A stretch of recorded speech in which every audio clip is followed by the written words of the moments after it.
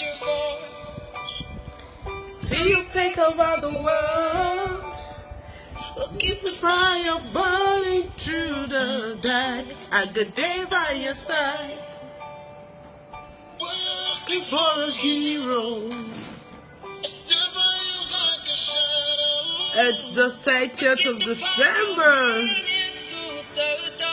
A good day by your side. How are you doing today?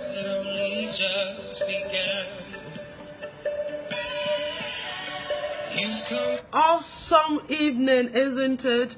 We're back on the Intentional Parenting Chat, and I am Dimon Mobi, the co-author of ABC of Intentional Parenting, a parent's guide on how to love, lead, and influence their children with ease. How are you this evening? The year is gradually coming to an end, isn't it? And I know, especially at a time like this, we have a lot of people who are taking stock, a lot of people who are revising and reviewing 2017 and checking how they fared in their goals, either personal development goals or in their career goals or in their business goals. And I hope that as you are, hello Ronke Posh, it's nice having you tonight on the Intentional Parenting Chat. We're talking about reviewing 2017 and preparing for 2018. I know some people who are not really into doing the year planner, but for me, when I'm working for myself, for my family, and with people I work with, I like to break down goals and expectations to 90 days. Sometimes when we set goals into the future, if we're not deliberate enough, we may not be able to track our performance and be able to know how we're faring. So I like to break my goals into 90 days so I can keep in touch and measure my performance. So how do you like to set your goals? Ronke Posh said, you look great today. I like the makeup and hair. Thank you, Ronke Posh. I had a photo shoot actually with my family. I'm not usually this, I don't usually wear this amount of makeup every day, but I had a photo session, so I just had to come on live with it to do the show. Thank you everyone for joining us. So how have you been doing reviewing your 2017 goals and preparing for the new year if you're part of the people who plan yearly? Okay, so I get to see a lot of people talking about reviewing goals, business goals, making plans for the new year in terms of business, in terms of career. And I'm asking, I hope that we are also creating our family goals. We are also keeping in view what we want to see happen in our families in the new year. Part of what I usually do when the year is coming to an end, like I said earlier, I review my goals every 90 days. Okay, I review my goals every 90 days to see how I'm faring, to see how our family goals are faring, and then plan for another 90 days. Okay, so how do you do it in your family? Do you plan yearly? Do you plan half yearly? Do you plan quarterly? I like to know how you do it and how you get your children involved in goal setting. So I was talking to a lady recently, and she told me she just listed a lot of things that she intends to do in 2018. And so I was listening to her. She said she will do this with her husband, her family will be this will happen, and that will happen. And I didn't hear her mention her children. In fact, she mentioned what the family would do, but I didn't hear her mention her children. So I got curious and I asked her, so how old are your children? And she said she has a child who is 10. Our youngest son is about 8 years old, and she has another that is 11. She has a daughter that is 14. And I said, okay, so now that you're planning for 2018 and you have family goals, what are the goals for your children? And you know, she was just looking at me surprised. She looked like she wasn't expecting that our children should have goals. So how are you setting your goals for 2018?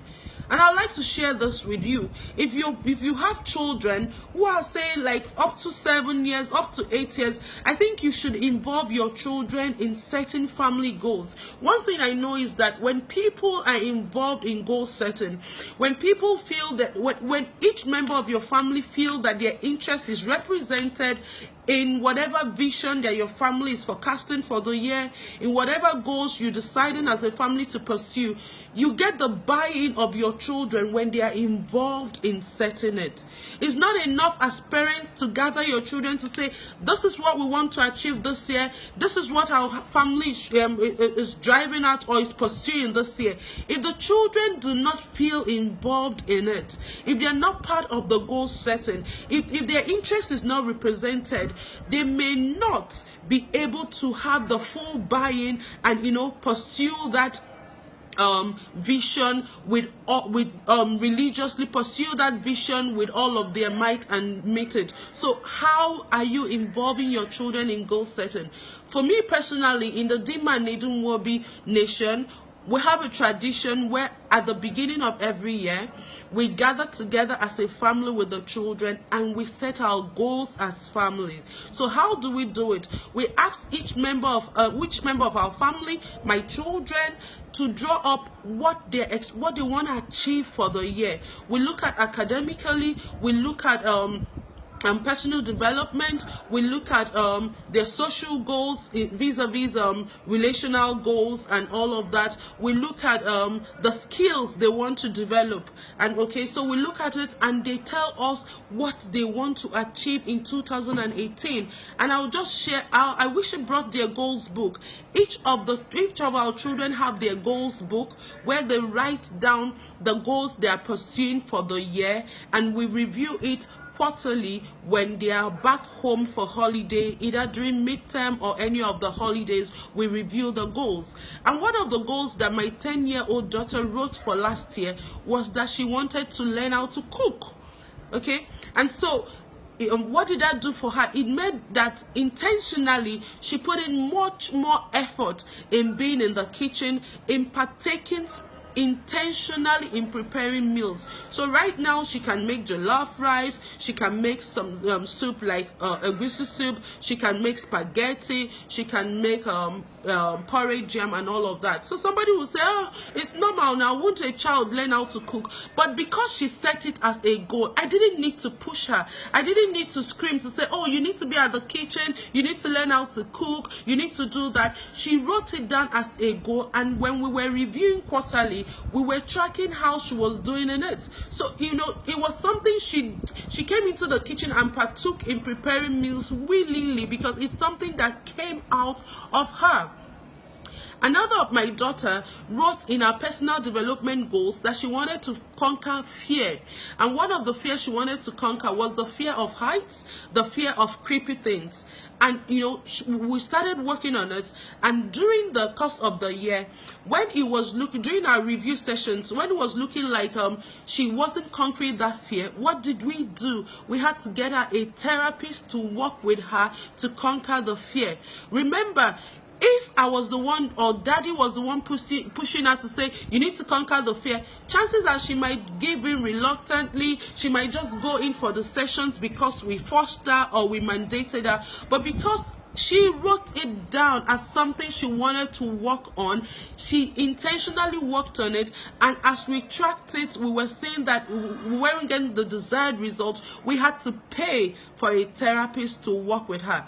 I could work with her for fear, but in the ethics of our profession as counselors and therapists, you do not work with family members. So I got a colleague of mine, paid for a session, and she walked her through the fear, the phobia scrambler, and she's much better. So how are you involving your children in goal setting? There is nothing that gets your children committed to pursuing the vision of the family, committed to doing what will project the family, than when they have their interests represented, when they feel that they are part of the process. And yes, towards this end of the year, a lot of us are involved in career reviews, setting goals for business. But what are you doing about your family? Because if you record all of the success in business, in career, and your family is not moving, I don't know about you, but for me that is family oriented, for me that family matters a lot to me, I would feel not satisfied excuse me, if I'm doing well career-wise, if I'm doing well business-wise, but I'm not moving my family forward. I like the way Anthony Robbins says it. Anthony Robbins says that happiness is when your current reality is in sync with your blueprint. Okay, and so what is that blueprint? Is the goals you've set. So if your family is going to be happy in 2018, how do you want to measure it? How do you want to know that you're making progress as a family if you do not set goals? How do you want to know if your children are imbibing the family culture, the family values, if they're not involved in your family goal setting? So tonight I want to leave you with this charge. Yes, it is good to make forecasts, to plan for your business, to plan for your career in 2018, but please make sure that you're planning for your family as well. And as you're planning for your family, if you have children, do not go into planning for your family and setting family goals with your husband alone without getting the children involved. The children could just be in one corner doing you. Let them do their thing and come now. Get them involved. When they are involved, they will participate better. They will take ownership of the vision. They will take ownership of the goals, and they will run with it. So how has your review been? We've been in our review as a family. We're seeing things we did well. We're seeing things we did not do well, and we're learning.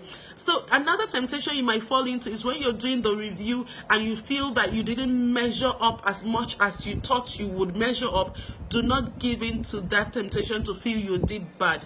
Take it as a learning and learn to do better. So here am I saying, plan for 2018, but remember, do not plan for your family without your children's involvement.